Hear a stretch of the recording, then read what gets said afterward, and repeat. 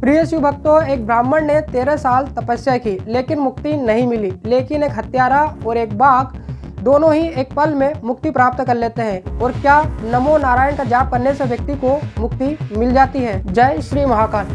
प्रिय शिव भक्तों, उज्जैन यानी महाकाल वन में हम एक पवित्र 84 महादेव की यात्रा कर रहे हैं। आज हम हमारे 25वें पड़ाव श्री मुक्तेश्वर महादेव मंदिर की ओर आगे बढ़ रहे हैं।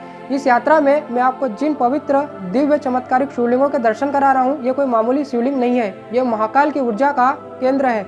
बस इनकी जानकारी कम होने के कारण, इनके महत्व की जानकारी कम होने के कारण शिव भक्त इनके दर्शन लाभ से वंचित रह जाते हैं। तो आज हम चलते हैं हमारे इस पवित्र श्री मुक्तेश्वर महादेव मंदिर की ओर, दर्शन करते हैं इस पवित्र शिवलिंग के और जानते हैं इस महादेव के पीछे की अनसुनी अद्भुत रहस्यमयी कथा को भी। पौराणिक कथा है कि एक मुक्ति नाम का ब्राह्मण था जो जितेंद्रिय था, वेद वेदांग में पारंगत था।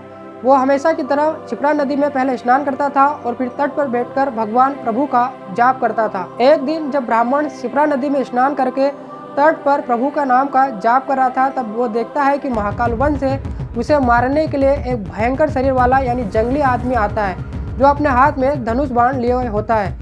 जब वो जंगली आदमी उस ब्राह्मण के पास में आता है तो उस ब्राह्मण के तप के प्रभाव से वो जंगली आदमी अपने धनुष बाण छोड़ देता है और वो भी उस ब्राह्मण के साथ तप करने लग जाता है। यानी कि तप के प्रभाव से उस जंगली आदमी की बुद्धि बदल जाती है और बाद में तप के प्रभाव से उस जंगली आदमी को मुक्ति प्राप्त होती है।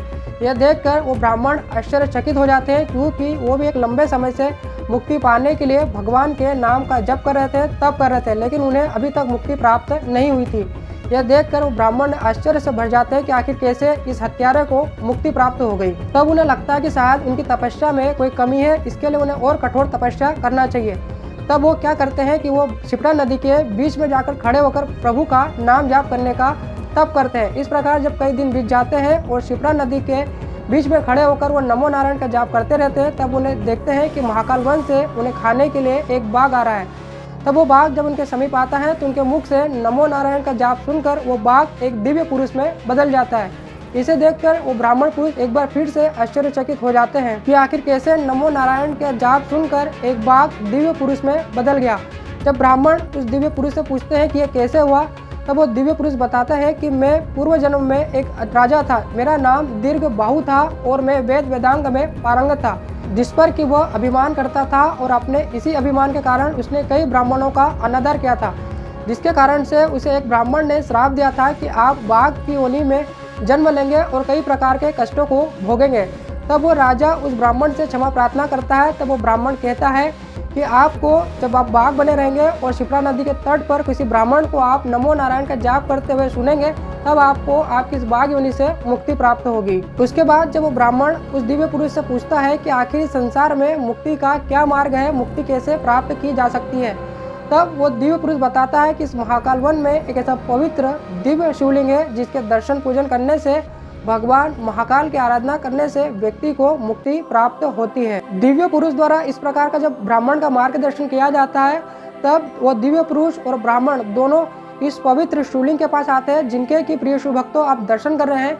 यहाँ पर आकर वो भगवान शिव की स्तुति और आराधना करते हैं, जिससे वो दोनों ही इस पवित्र शिवलिंग में समाहित हो जाते हैं और उन दोनों को ही भगवान शिव मुक्ति प्रदान करते हैं।